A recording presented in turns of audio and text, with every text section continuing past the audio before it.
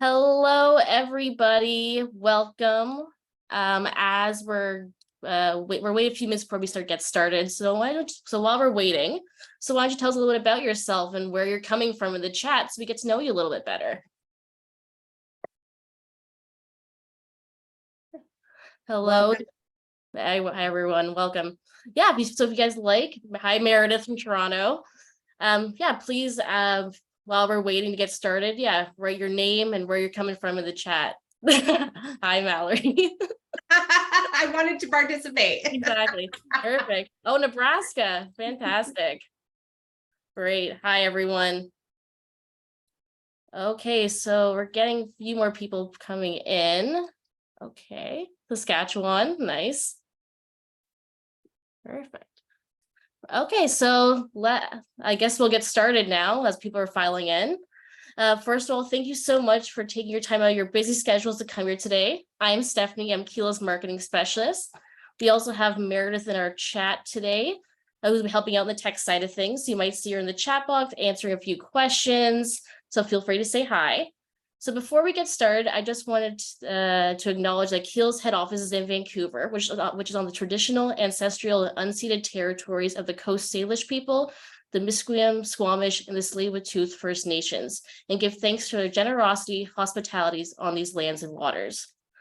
If you're new to Keela, welcome. Keela is a donor management fundraising platform that helps you deepen donor engagement, centralize your data, and raise more for your cause, which are all very relevant for today's session. Today's session is about 45 minutes in length, which actually we'll be cutting down to 30 minutes, plus a 30-minute Q&A session at the end. Through the presentation, please feel free to write down any questions you have in the chat box or in the Q&A, and be sure to get to as many as we can. Speaking of the chat box, please remember to select everyone when you type so all of our guests today can read your documents, comments, and questions. And finally, this webinar is being recorded and you'll receive access to the recording before the end of the week. Now, with all out of the way, I'm excited to welcome our expert speaker for today, Mallory Erickson.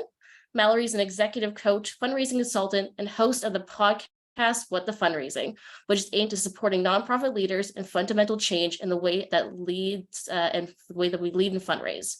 Through her signature framework, the Power Partners formula, Mallory provides unique tools to help nonprofits fundraise more from foundations, corporate partners, and individuals.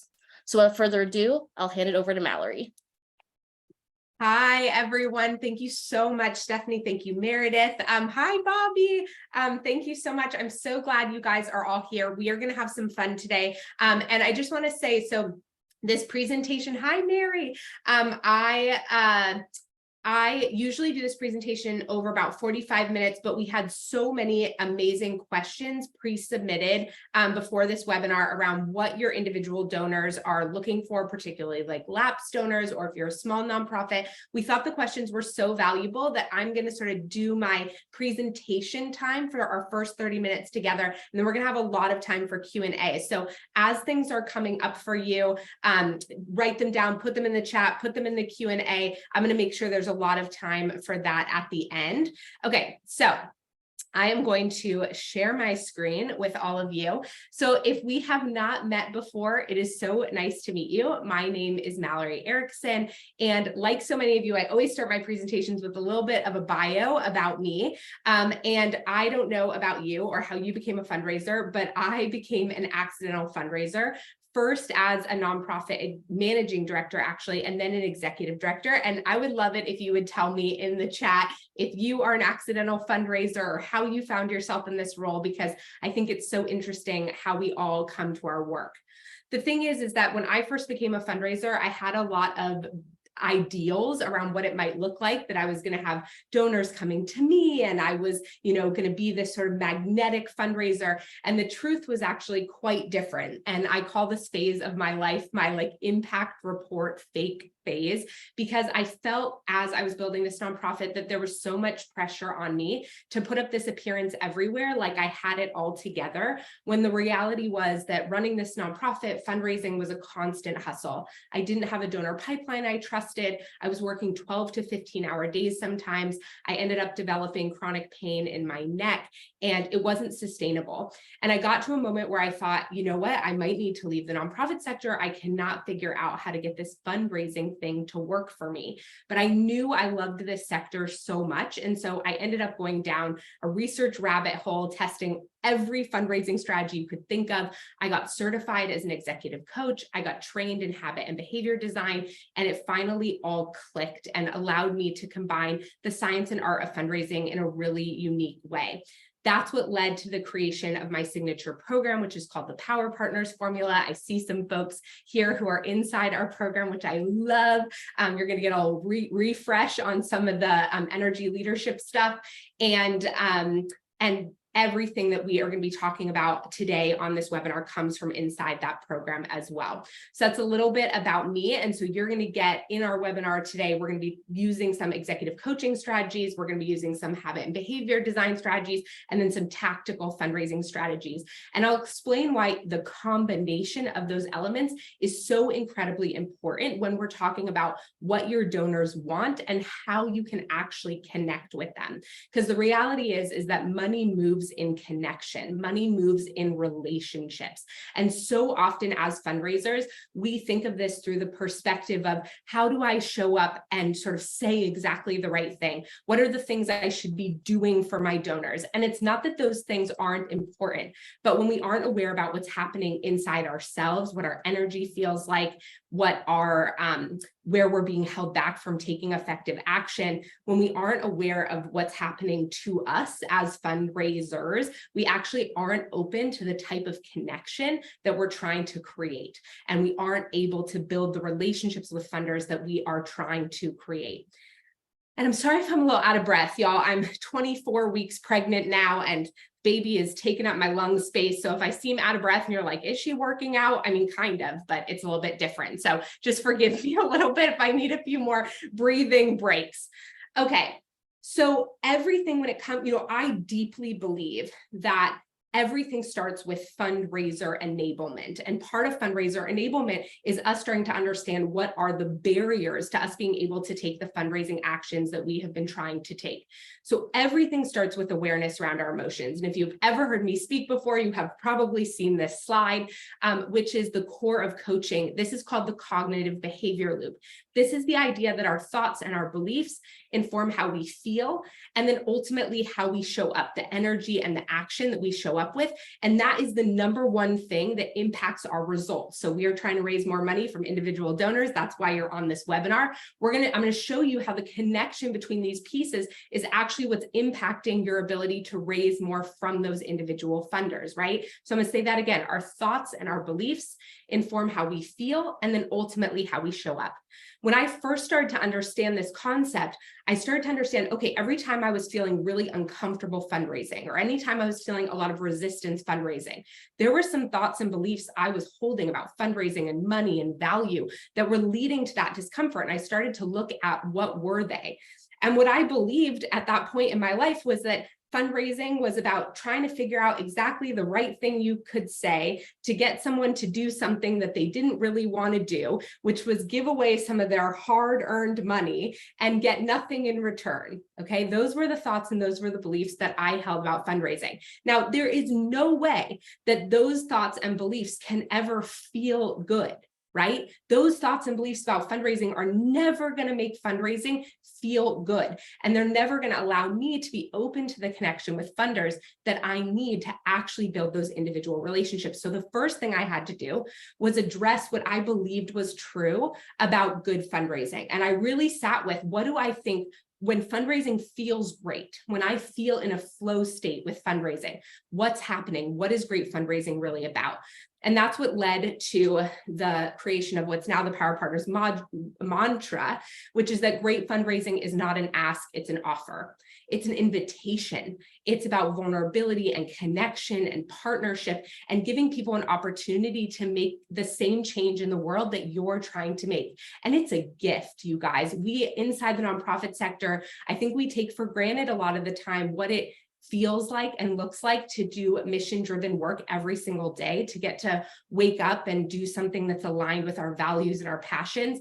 That isn't available to everyone, or it isn't the choice that everyone has made in terms of their job. And so giving and philanthropy are the way that they get to live out their values. And so it's a real opportunity that we give people to engage. So part of what helps you be able to understand what's happening in that cognitive behavior loop is starting to be aware of your energy levels. So for the purposes of what we're talking about today, I was trained as an executive coach through an organization called IPEC.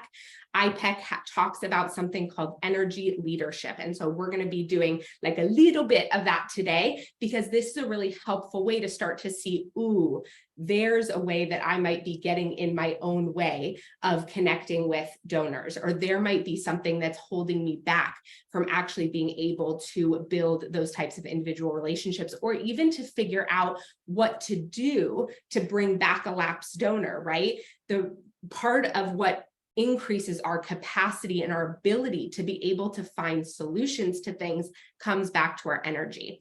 So for the purposes of this conversation, we're talking about two types of energy: catabolic energy and anabolic energy. So catabolic energy is a draining, resisting, contracting energy. So catabolic energy, when we're in it, it can often feel like a chronic stress state. We have tunnel vision, very black and white thinking. It acts as these blinders where we have only tunnel vision over on a certain type of solution, or a few different solutions to a problem. We have a lot of black and white stories. So that donor hasn't responded to you in 48 hours. They must be very mad at you and you did something wrong, and all those things. When that kind of thought patterns are in our head, we're experiencing catabolic energy, a lot of dread, a lot of resistance. And we're often not taking then fundraising actions because we have a whole narrative and that energy is guiding the way. Anabolic energy, on the other hand, describes energy that's constructive, expanding, fueling, healing. It's growth oriented, and it helps you move forward and achieve positive long-term and successful results. When we're in anabolic energy, we have more of a prism of opportunities. So I said catabolic energy is that tunnel vision. Anabolic energy is a prism of opportunities, right? We start to be able to be creative, create win-win opportunities, mutual benefit, okay? Connect. This is where we can really connect with people. When we talk about what donors want, one of the main things that they want is connection. And when we're in anabolic energy, we're much more open to connection. So I want you to just reflect for yourself to kind of drive this point home for a second. When's the last time you experienced catabolic energy? So that's that draining, resisting energy. What was the experience like? What did that energy feel like? How do you think it influenced your performance? Just take a quick moment and sort of tap into that for you. And then I want you to do the same thing with anabolic energy. Recall when you most recently experienced anabolic energy. What was that experience like? What did that energy feel like? How did it influence your performance? I want you to just take a moment to sort of like draw that connection for yourself. Now, it's really easy with what I've told you so far, probably to be like, okay, catabolic energy, bad, anabolic energy, good. But actually, all energy levels have positive and negative elements to them, right? It's not about good or bad. Sometimes we go into catabolic energy, into protection mode, right? Because we have been under too much stress and we need to sort of go inward, and we're not in a position where we want to be vulnerable in that moment, right? Like right after we get ghosted by a funder where we really thought there was a connection there and we felt like it was leading in the right direction, all of a sudden we're ghosted. That is a totally normal thing to lead you into catabolic energy. And you need some time to relax and heal and maybe not walk right into another ask right after that, right? And process some of those feelings. That's okay. It's not about those feelings, that experience being bad. It's about feeling a sense of choice around how you show up and starting to be aware of the ways in which different experiences with fundraising are impacting your energy and are impacting some of the thoughts in your head. So inside my executive coaching work, we talk about the 7 styles of fundraising. Okay, this is also talked about in terms of the 7 styles of leadership inside IPEC. The lowest levels, the lowest styles of fundraising are much more catabolic energy heavy. The higher styles are much more anabolic energy heavy. Okay, so when we talk about what donors want, what your donors are looking to connect with, right? You can start to see up in those anabolic levels more of what creates connection between people, right? Care, compassion, opportunity, win-win, solution focused, right? Intuition. So again, it's not about the lower levels being bad, but it's about starting to recognize, ooh, I'm in a level 1 right now, or I'm in a level 2, or even I'm in a level 3, which is rationalization, right? Rationalization in fundraising sounds something like this. Oh, now is not a great time to reach out to them because it's summer and their kids do camp. So I'll reach out to them in a month. Anyone ever used a story like that, maybe to not avoid reaching out to a donor, right? So that's like a level 3. And so if you hear those types of narratives coming up for you, maybe ask yourself like, okay, it is the summer, but we're also starting this really exciting project. Is there a level 5 opportunity here for me to reach out in a different way or engage them in a different way, right? Because that level 3 rationalization is really based on the belief that you're bothering them, right? So the more we start to become aware of our energy at these different levels, and we start to think about that cognitive behavior loop, the thoughts and the beliefs that are inside our head that are leading to that, the more options and opportunity we have to shift into higher levels of energy. So where I see when I'm going into a funder meeting, an individual funder meeting, actually a corporate funder meeting, foundation funder meeting, it doesn't matter. I'm always thinking about what would level 5 energy feel like right now? What would it feel like to walk into this meeting really looking for win-win, mutual benefit, being solution oriented? And then what are some of the thoughts and the beliefs that I need to be building and pushing around in my head over and over before I walk into that meeting to ensure that I walk into that meeting with that level 5 energy or level 6 energy, which is really where there's that deeper connection, right? One thing I want to say is that the lower levels of fundraising, the like more catabolic fundraising levels, have a lot more judgment associated with them. And the higher levels of anabolic energy have a lot more curiosity. And I'm bringing that up because one of the things that I see a lot in fundraising, and this is very true for me, I call myself a recovering perfectionist, is perfectionism. And one of the elements of perfectionism, I know this might be a little bit of a gut punch for everyone right now, but just like bear with me for a second. One of the elements of perfectionism, right, is judgment, right? And it's black and white thinking. Perfectionism is really rooted in like, that was good, this is bad. And what happens when we're in a perfectionist state is it really decreases our energy. And so one way to start to increase your energy, if you're feeling yourself before you go into a donor meeting, feeling a sense of that perfectionism, oh, I need to know exactly the right thing to say in this meeting, right? That's perfectionism. There's no one way to have a donor meeting. There's no one sentence to say that's magic. I'm going to talk to you about how you think about the ideas that build connection, the concepts that build connection, but there is no foolproof script to give you. And when we get into our fears around that there's one right thing that we don't have, that's perfectionism. And perfectionism is an illusion. It's not a real thing. So being aware of perfectionism in particular and judgment in particular, I think is really important for fundraisers. And to start to think about when you start to notice that in yourself, how can you get curious around this? How can you get curious around this idea? What might be possible if? What would happen if? Right? That is a really easy way to start to raise your energy level when you're feeling trapped in some of that more perfectionist black and white thinking mode. Okay, so now that you have kind of this base of some of these executive coaching principles, right? You're starting to be aware more of how who you are and how you show up impacts your ability to connect with donors. Let's talk about what your donors really want, okay? And again, these things are deeply connected because your ability to actually provide donors with these things depends on what is happening inside you, both inside your body and inside your brain. So what do your donors really want? There are 4 core elements that I think about a lot when I think about what donors want.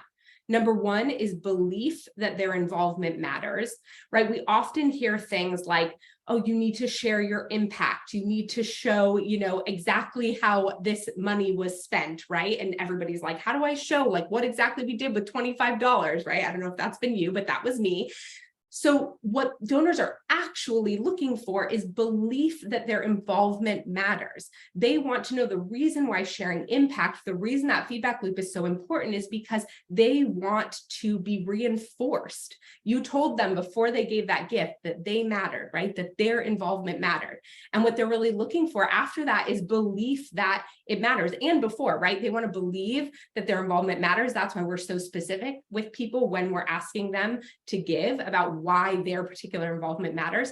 But we also want to reinforce that for them after they make that gift as well. The other thing donors are looking for are positive memories with the organization. We're going to talk about how to do that in a second, what that means, positive memories with the organization. Okay, and giving, even though giving is a positive experience in terms of the positive hormones being released in our brain, it's not a memory-based experience. Think about this for yourself. How many times have you given where you don't remember who you gave to, how much you gave, why you gave, right? A lot of giving, especially crowdfunding or P2P giving, things like that, there's no memory attached to it. When we gave that gift, we got a little serotonin boost, but there's no memory. And what your donors are really looking for is positive memories with the organization. The third thing is a sense of belonging to the right group. And I often, and I'll show you this later too, there's a Seth Godin quote that I love, people like us do things like this, right? They want this sense of belonging that I'm in the right place, I'm in the right group, these are my people. And then the fourth thing is connection to their personal identity, right? We get a lot of identity from how we give, from how we invest in different things. And that's what they're looking for in their relationship with your nonprofit, connection to their personal identity. So I'm going to give you, for each of these, I'm going to give you a suggestion or a way to do each of them. Okay, so we'll go one by one. You guys with me out there? Everyone's still here? Okay. So I am going to go to the next one. Okay, so belief that their involvement matters, okay? So one piece of this I mentioned before is that we want to make sure that how we're talking to our donors before they give a gift matches how we talk to them after they give a gift. And we also want to be aware that how we talk about their involvement really impacts how they feel about their involvement. So there was a really interesting study done where they used two campaigns. The language, the storytelling, everything inside the campaigns was identical, except for the call to action, the invitation to give. One of the campaigns used the language, show your support, and the other campaign used the language, make a difference, right? To get people to click and donate to the campaign. When they used the sentence, show your support, more people gave at lower levels, right? More people gave smaller gifts. When they used the sentence, make a difference, fewer people gave, but they gave more. So why is this happening? Let's think about this for a second. As humans, we believe we can show our support with a $5 donation, right? With a $10 donation, I can show my support with this donation. But do we really believe we can make a difference, a big difference, with $5 or $10? We use this language a lot in our fundraising, but our donors are smart. Think about what you feel, right? So what this study showed us is that when the campaign was saying, make a difference, they were like, okay, well, in order to make a difference, I need to give $100 or $200 or something like that. And remember, nothing else about this campaign was different. So it was just what they believed their involvement could truly do, and making sure that that campaign, the ask, was aligned with that. Okay, so that's belief that their involvement matters comes down to, are you making sure that your invitations are matching what you're asking them to do, what their capacity is to do? And I'm not saying one is right or one is wrong. Maybe your goal is fewer donors and higher donation amounts, right? The goal doesn't have to be more donors necessarily. Every campaign has its different goals, but start to be aware of the way that different language builds different types of relationships and beliefs with that audience, right? One audience believed that they were showing their support. The other audience believed that they were making a difference, and it impacted who held that belief and who didn't. But it's all about aligning that with what you're trying to do. The second thing I shared was positive memories with the organization. So one of the things that Francisco Ambergetti wrote this amazing book called Hooked on a Feeling. If you haven't read it, it's a great fundraising book, maybe one of my favorite of all time. And he talks about this rule called the peak end rule, which is how we build relationships and memory is through peak and end moments. Okay. So peak moments are things that really cement our memory. So giving someone a call on their birthday, for example, is a peak moment because their birthday is a peak moment in their life. And all of a sudden your organization has become a part of that peak moment. But we can also create peak moments in our giving experience, right? So one way that we create peak moments in our giving is allowing donors to give, do, or say something personal in addition to their financial contribution. So leave a note for a beneficiary when you're making this donation. Or there was a study done where they asked people to leave a pen that was meaningful to them. It was like that people were signing checks live, and they invited them to leave a pen that was meaningful to them. They invited one group to leave a pen that was meaningful to them. They didn't make that invitation to another group. They saw an incredible increase in donor retention with the group that left the pens, right? Because they felt even more invested in it. They left something personal. It created a memory between the organization and the donor. And I would say, like, in fundraising, we're often like, oh, but like, I don't want to ask for more. Like, they already gave the gift. Like, I shouldn't ask for anything else. That's too much. This is what our donors want, right? Draw a picture for a beneficiary, leave a motivational note, right? Giving them, letting them make a personal investment that's more than the transaction actually really increases donor retention, increases their memory, and increases their relationship to the organization. The other thing is make the thank you personal. Right? So anything we can do to thank our donors and make that thank you personal is really helpful, whether that's a handwritten note or a phone call or a text message or a little video message, anything like that. That's like, I see you, you did this thing, we appreciate it, right? That really helps cement memory for the donor as well, right? To create that sort of personal connection. And one of the questions that came through before this webinar was, what do you do for donors that don't get a tax receipt? And so I'm assuming that's an organization that doesn't give tax receipts in the US under $250, which is not legally required, but still actually a really good practice. And I would say, in addition to, I encourage my clients to give receipts to all donors if possible, and also to thank donors of all different levels, right? Because what is a major gift to your organization is not the same thing as what's a major gift to that person. And we are making a lot of judgments when we say like $50 isn't a major gift. It might be major to that person.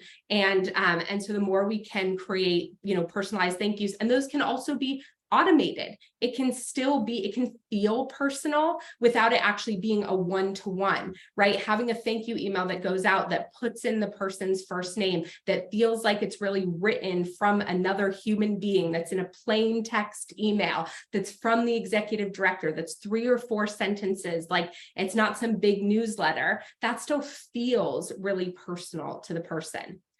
Okay, the third thing I talked about was a sense of belonging to the right group. Right? So how does the campaign or your invitation signal to them that they're in the right place, that you actually meant to send this campaign to them? So one way to do that is really segmenting groups in your campaigns or in your communication based on their previous engagement. I don't know about you, but I recently got an email from an organization that I did not remember donating to. I do not know how much I gave or why I gave. I think it was a peer-to-peer campaign for a friend. And I got this email that was like, thank you for being such an invested donor in our cause. Like, it was like it was as if I had been a 5-year donor to the organization and had a deep relationship with them. And I literally thought, that they probably sent it to the wrong person.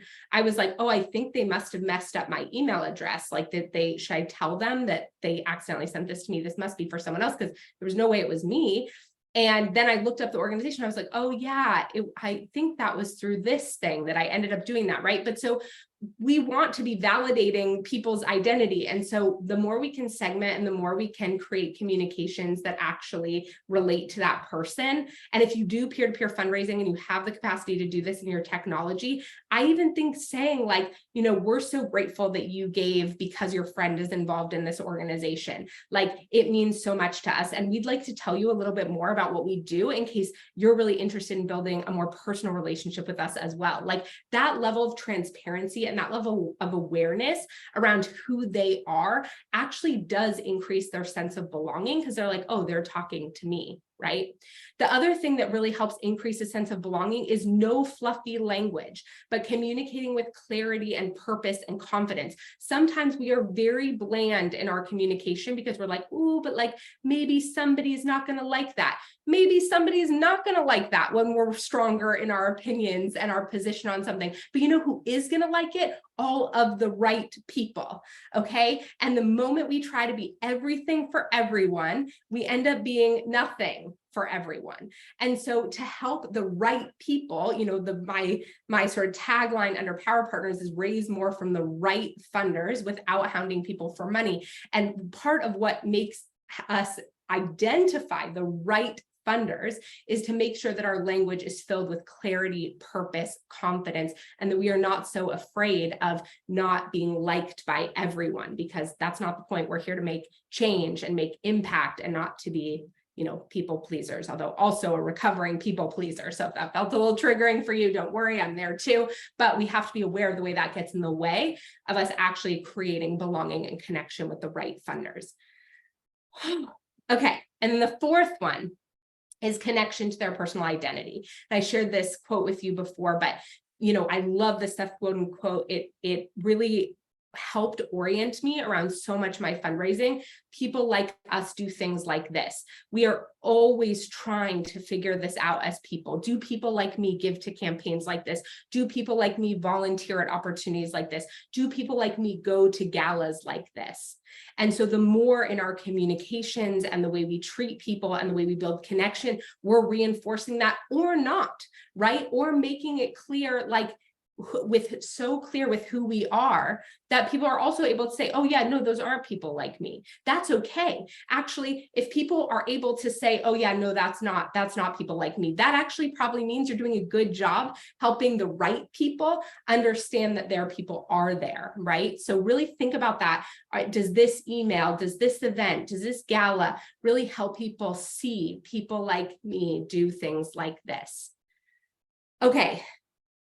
So 3 things that I recommend to help you design each of these strategies for your specific community. I'm just going to say these 3 things really quickly, and then we'll start to get into some of the amazing Q&A. But one is identify your segment avatars, right? So I mentioned that before. Segmentation around some of your communications is really important to increase that sense of belonging, connection, just reinforcement that people are in the right place. The second is ask your funders for feedback.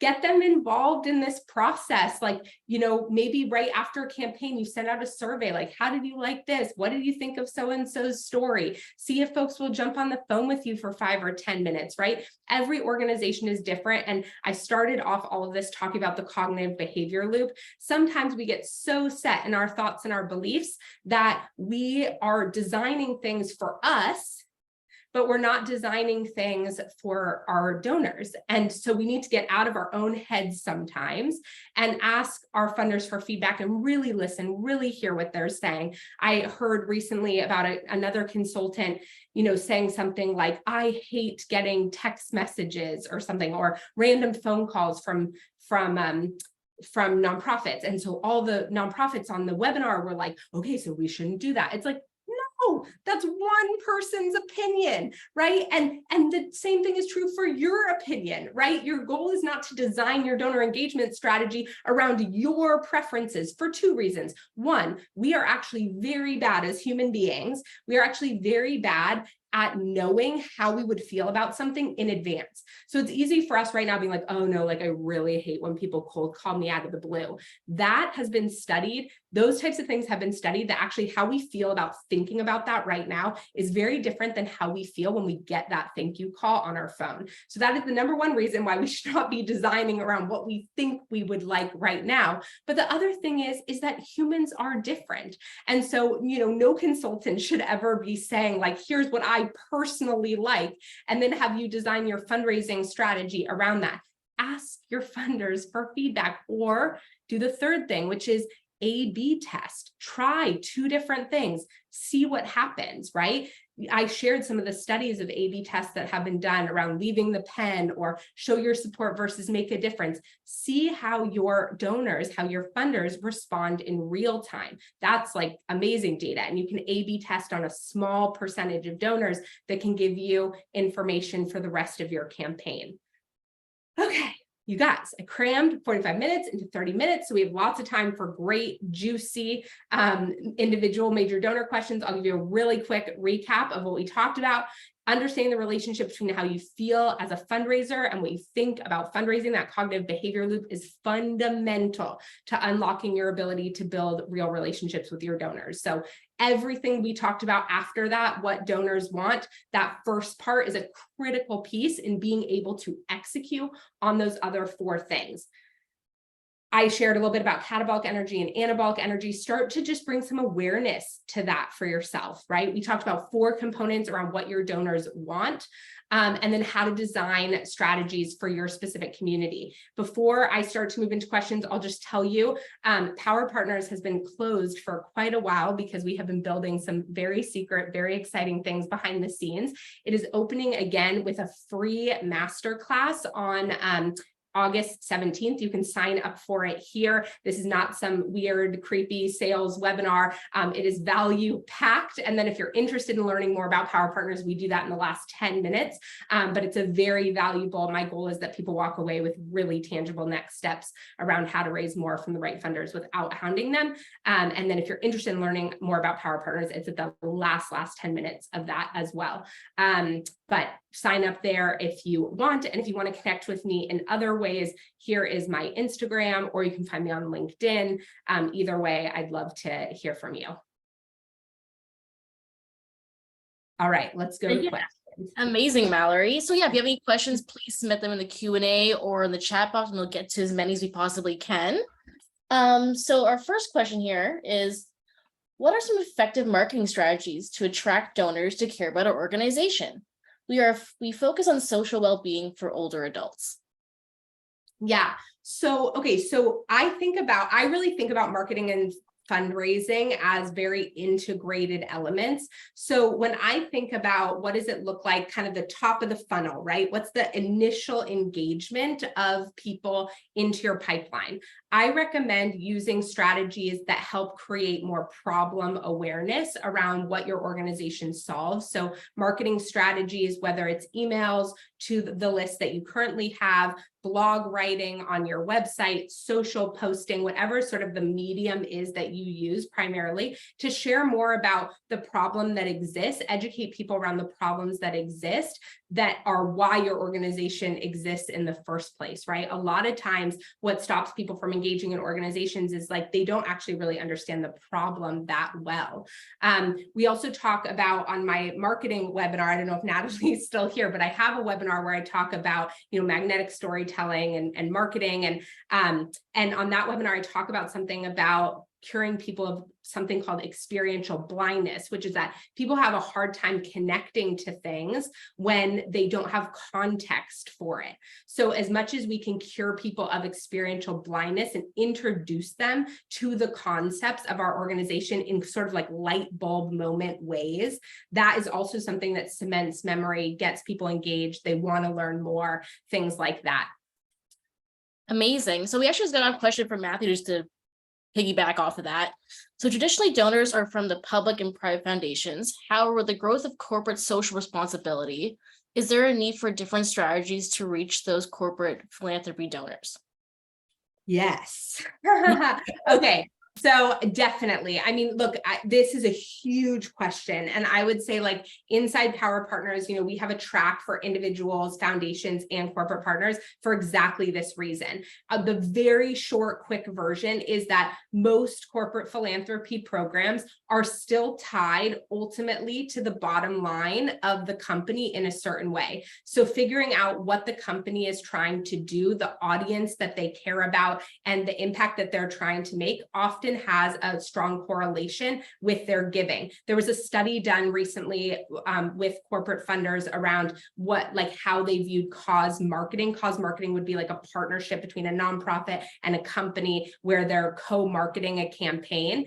And companies identified, it was like 92% of companies identified campaigns like that actually as a marketing engine for their company instead of philanthropy, right? And so I think really understanding when you're talking to these folks, what are some of their corporate goals, what are their marketing goals? It's very easy for us inside the nonprofit sector to stay solely focused on mission and vision and impact. And it's not that those things aren't important, but that's not what they're having to report on. So making sure that you're speaking their language and reaching out to them with awareness around their incentives for partnership is really helpful.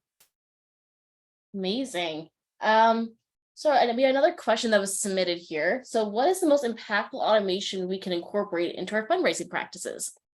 Yeah. Okay. So my favorite is a welcome journey after a first donation. So I mentioned before, I really encourage all my clients to do thank yous for everyone. They don't all have to be personalized. I know a lot of the questions here were like, what about for small teams or like all volunteer things? But the more you can have automation around a welcome journey, the better. So when people get when people give a first time gift, they get a thank you, they get a tax receipt, then you have it automated and sort of scheduled that a certain amount of days later, they're going to get another email from you that says maybe the history of the organization. You know, you just gave for the first time. We're so grateful. We wanted to give you a little bit more background around our organization and our work. Then maybe the next email a few days later that's automatically scheduled is a story about a beneficiary of your organization. You know, we wanted to keep you, like we told you in our last email, a little bit about the history of our organization. But today we want to tell you a little bit about Janet because her story really exemplifies what we wake up every day thinking about, right? Maybe it even has like a 3-minute video about Janet in there. You're really nurturing folks through automation. And that also, when it's done in an automated way like that, so that you know it's timely after that first donation, that really helps cement memory and cement relationship because you were top of mind when they got that next ask, you know, or next invitation or survey, or maybe invitation to volunteer with your organization or something like that, right? As opposed to they gave a random gift to a peer-to-peer campaign in March and all of a sudden they hear from you in November when you're doing Giving Tuesday, right? They're gonna be like, who are these people? So I love like welcome and automation, welcome journeys as my top automation priority. Amazing. And just to plug a little bit here, Keela does have an automation platform. So if you guys want to check that out, you can go visit our website as well. Another question just came in. Do you have a favorite online donation platform? We don't have a donation button on our website or a way for folks to donate online. You know, look, I think the reality is that I probably shouldn't answer this, but the other thing is that I think this is really specific to what you are looking for as an organization, the capacity that you have. And like, it sounds like in your situation, you have no tech stack. So you're looking to just process credit card payments at the beginning. And so I would look for like Keela, obviously you can do that and a lot more. You have that backend CRM and contact management support as well. And then but if you're just looking for like a payment processor, I would go on, what are the, I would Google it. And there are some like review sites where you can look for the very specific elements that your organization needs, also where you're based, right? There are certain folks like that work only in the US. then some that are only in North America, then some that have international capabilities. So this really depends on like the structure of your organization and what you need. Definitely check out Keela. I love them. And then if you are like, we're only ready for payment processing, you could just use that element as well, of course, of their platform, but you can Google some other options as well. Yeah, that's great advice. Yeah, check out like platforms like Capterra and G2. They have all of them on there. Exactly. What it is, Capterra. Yeah. I was like, what is that thing called? Yeah, exactly. Perfect. So we have another submitted question here. Can you share more about what cultivation efforts can be done to re-engage lapsed donors? Yeah.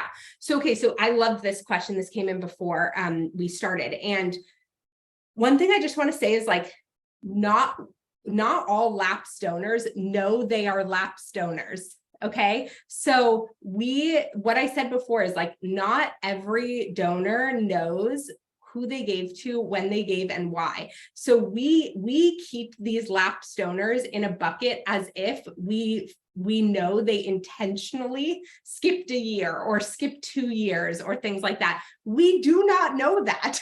Like, unless it was like a major gift donor where you had a one-to-one conversation and they said, I'm taking a year off, right? I don't actually feel like we really know a lot about our lapsed donors a lot of the time. So I actually think about re-engagement with lapsed donors similar to how I think about acquisition in the first place, right? Nurturing them around invitation, like nurturing them around education of the organization, making invitations for them to get involved in different ways, seeing if they start to engage, paying attention to their engagement metrics, right? Okay, so they haven't given in a while, but they're still opening all of our emails, clicking our links, right? Then I would probably send out a personalized outreach and say, hey, we've noticed like you had been giving annually for 5 years, and we noticed, in 2021 you stopped, and we totally respect your decision if your giving priorities have changed,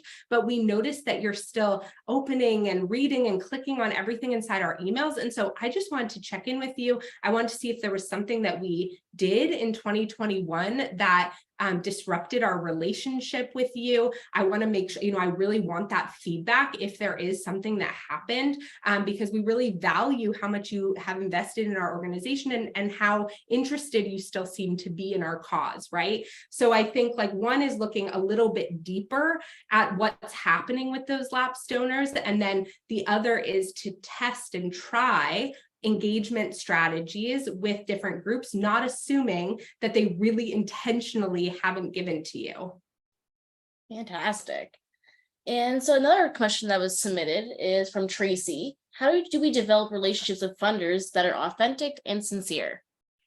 Yeah. Okay. So pretty much the entire first half of this presentation, everything I talked about with like the energy levels, the cognitive behavior loop, the 7 styles of fundraising, that is a really, really, really huge component of what allows us to build really authentic relationships, right? Is like when we are actually physiologically open to connection, okay? Because when we're in catabolic energy, we cannot build an authentic relationship, right? We are in protection mode.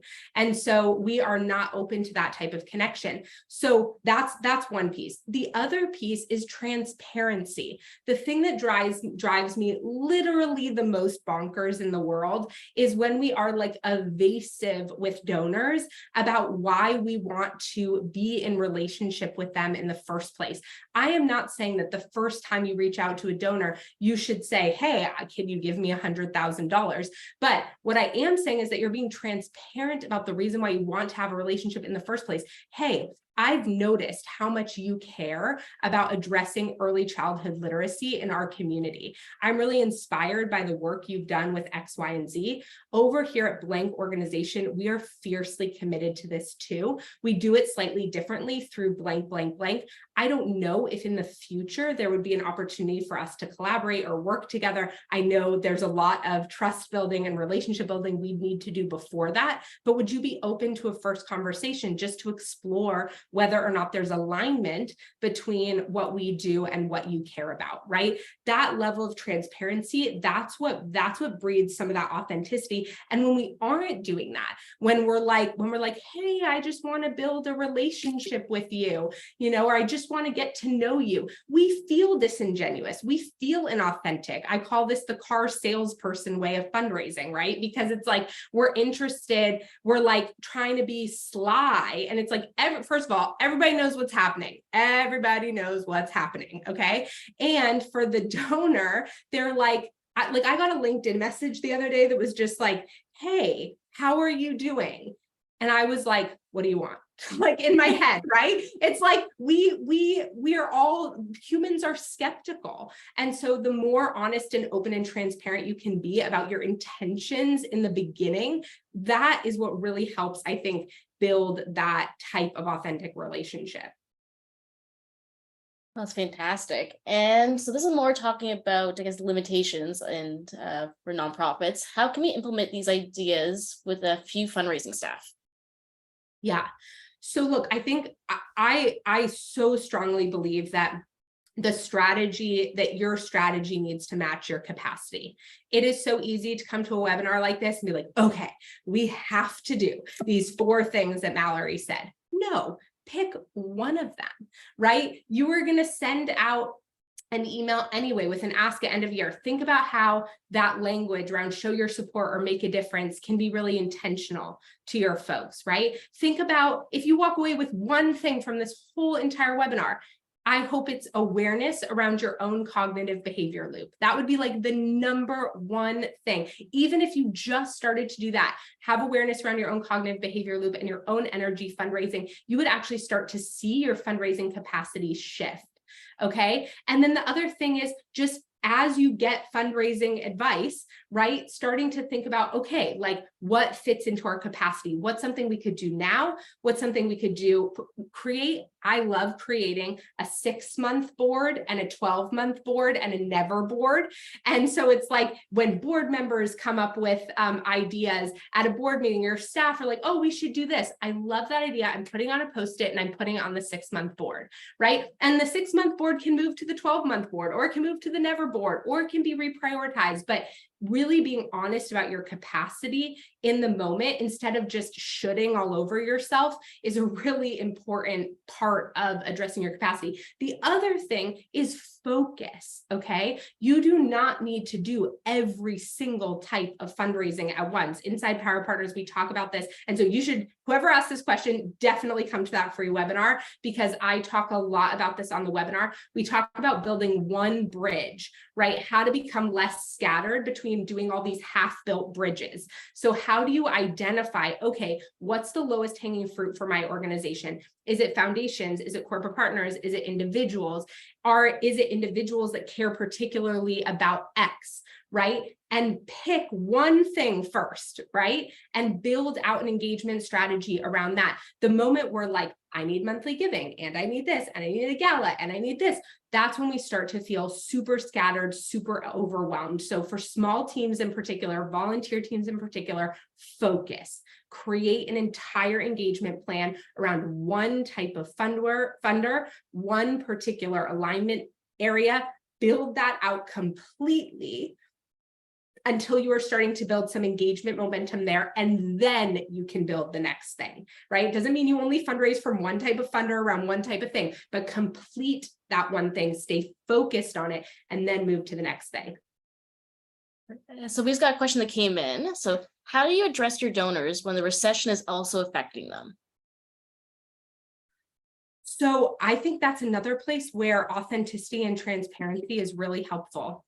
You know, I think one of the things that one of the traps we often fall into around recession, hard economic times, is that we start to create narratives around it's inappropriate to fundraise right now. It's not inappropriate to fundraise right now. Your work, everybody who's on this webinar, is more important than ever right now, right? Your needs are likely skyrocketing. The cost to execute your services are likely skyrocketing. It is not inappropriate to fundraise right now. The way to ensure that you can stay in connection with donors is not to be fundraising in like guilt, favor, asking ways, right? It's to be sensitive to the moment, acknowledge the moment, give people the opportunity to say no, and make it clear why you're still asking. Like, hey, we know that this moment is impacting our community in a lot of different ways. We don't know if you still have the capacity to give this year, but we are trying to raise this goal because here's the need that has happened this year. And we want to make sure that we're staying laser focused on addressing that need in our community. So if you are able, we want to invite you to participate in blank. And I will say, like, next after, I don't have the study handy, but they did an A/B test around this, where one email was asking donors to increase their gift. And the other email was almost exactly the same, but it was saying, I'm not sure if you can give what you gave last year, but, because we know it's a harder time, but we'd appreciate your participation this year in some capacity. That email, the second email, where it gave people the opt out, frankly, raised so much more money because people felt seen and they felt like their experience mattered and they belonged. All the 4 pillars that we talked about, right? This organization cares about me too. I feel a sense of belonging. I feel a connection to my identity. They're acknowledging the moment that is true, right? And they're still making clear like that their work is important and matters, and actually like matters more than ever maybe right now because of what's happening in the economic climate. That's amazing.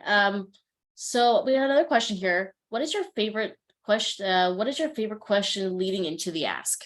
I mean, a big part of how I teach making the ask is around what I call gates of permission. So, I think when a lot of times when we're afraid of fundraising, we're thinking about this like final moment where we've asked for like $10,000 and the donor is going to say yes or no.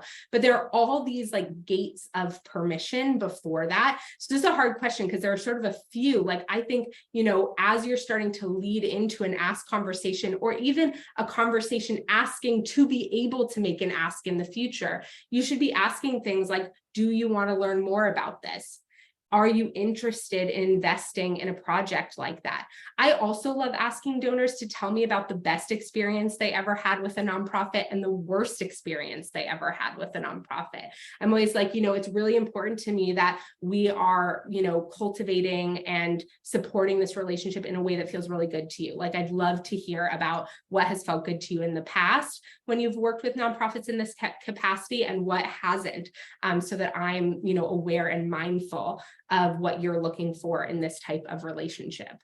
I have like so many of these. It's very hard to pick one, but those were 2 kind of different examples to give you some breadth there. That's great. So we have time for a couple more questions here. So another question that was submitted by Michelle. Can you share some ideas to engage major supporters who don't seem to have the time for events or visits to campus? I guess for a school. Yeah. So, I mean, I think this is where it's really important to like ask donors what they're looking for in relationship with you, right? And so I think you don't necessarily want to stop inviting people, but I love asynchronous communication. So I love video messaging. I use it so much in my business. I use it in my fundraising. And so I think it's a great way to like be personal, warm, candid, but they can watch it on their own time. So even recording like a 1-minute little video and saying like, hey, I know you are super busy. I'm here at blank campus today. I just wanted to show you something really cool. Your last gift helped us build that computer lab. So I just wanted to take you on a quick little journey and show you what it looks like. Of course, if you ever want to come see it live, I would love to walk you around and have you see it all in action. But I just wanted to make sure I didn't miss an opportunity to show you the impact of your gift, right? So I think about there are lots of different little asynchronous ways like that, that allow people to tap in with the time and capacity that they do have. You can think, and I think this is gonna be one of our final questions. I think, how can you raise more money for a new organization in a short period of time with a small budget? They said about 6 to 12 months. Yeah. So look, I think this is where focus is so key, right? Like, I think you want to do some analysis around like, what does your donor population or community population look like? How do they typically like to engage with nonprofits in your area? If you're brand new, you sort of like don't have your own list, right? I was starting an organization in a community that had other nonprofits, but I was totally brand new. I had a network, but I had 0 donors from that population. So I started to look at, okay, what do the other local nonprofits do around here that seem to get people excited, people like to go to, you know, and enjoy. And I went to a few other organizations like events or volunteer days, things like that, and identified kind of like a casual like gala structure that seemed to attract a lot of people in the community. And so I picked that one thing and I was like, all right, like that's what I'm going to try first. And so that, you know, I think one thing that you want to be really careful of when you're trying to raise money quickly is to not use like clickbait, like fake urgency strategies, right? Because yes, you want to raise money quickly, but you want to raise sustainable, reliable funding, right? And so you don't just want to like get a bunch of favors and guilt gifts that then are donors who never want to interact with the organization again. And so I think figuring out how can you create like a singular donor experience, whether that's online or in person, that seems to apply particularly to the community you're trying to attract. Really double down, focus on that, and then ensure that you're prioritizing engagement over just the raising of money during that process. Oh, and I'm sorry, I didn't realize I was still sharing my screen that whole time. No, perfect. I think that's it. I think that's all the time we have right now. So that concludes today's session. Thank you so much, Mallory, again. Before we go, I just want to let everyone know that there'll be a very short survey that will pop up right after this session. It only take about 20 seconds, so we all greatly appreciate your feedback on the session. So I hope you all fill that out. We also have our next webinar coming up on Tuesday 8th called Email Marketing 101 for Nonprofits, Best Practices to Boost Donor Engagement. And Meredith will be putting it in the chat there. So thanks again, everyone, and we'll see you at the next webinar. Thanks, Mallory. Thanks so much.